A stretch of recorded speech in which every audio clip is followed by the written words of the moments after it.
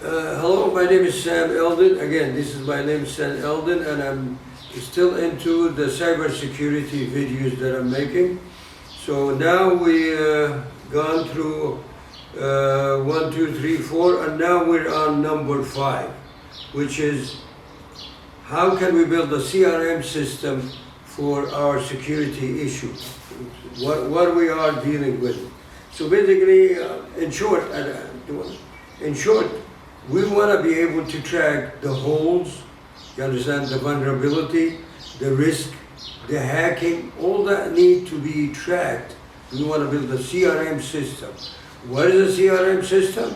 CRM system companies collect data about their customers, about the product, and use this data to be able to market themselves, to market their product better, as well as service their customers better.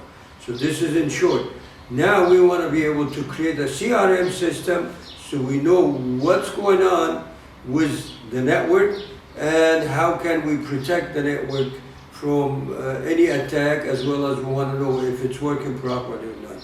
Now, to make life a little easier, any network you're talking about might have over 100,000 items running on it.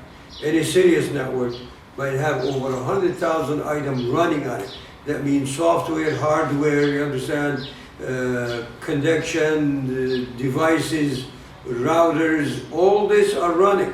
And we need to create a CRM system for this, to track it.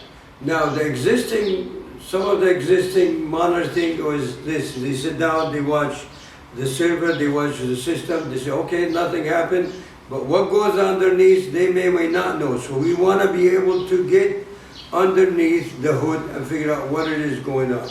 So any system might have, server, might have operating system, a legacy system, might have also browser support, database, server, they have filing server, they have other servers, as well as they have hackers and protection software. So this is what's going on with any system. Also, as if you look at the previous videos, this is what we try to protect. We try to protect all this, so we need to automate that. So coming back to here, in order for us to create a CRM system, we need data. How can we get data? How can we get data from devices? There is a tool known as push-pull. What is push-pull? You are basically saying to any device or any software, or can be designed or programmed to have a push-pull method or a function that would answer. Push-pull is like this: are you there? Yes, I'm there. Your status? Working? Great. So the same thing, The push-pull is nothing but you push, you let the device know, you pull from the device its status. So can we create a push-pull for every individual item running on the network? Yes, we can.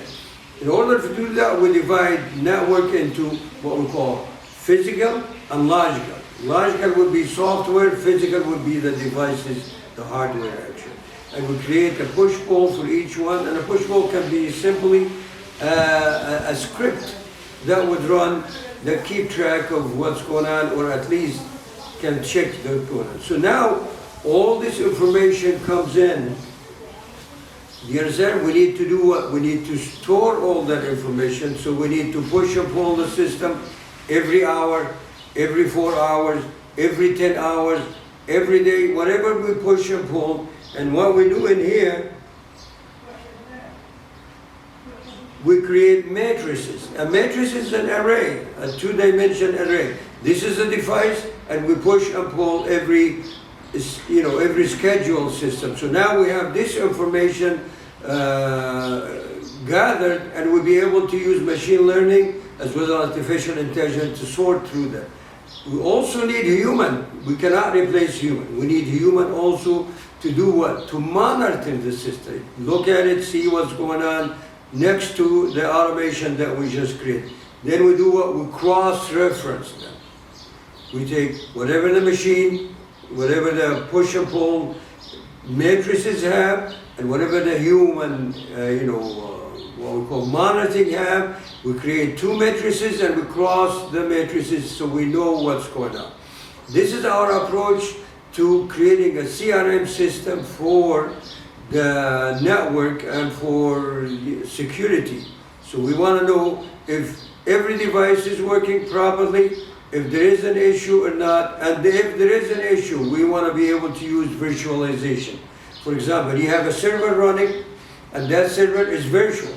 We want to use virtual. It's virtual. So now, push and pull, we have issue with one of the applications in this. We don't stop the system, we take that virtual out and we test it. We can also create a backup virtual system that would take over at this point, then we take this and take it out and test it and see, scan it with a comb to figure out what's going on with it.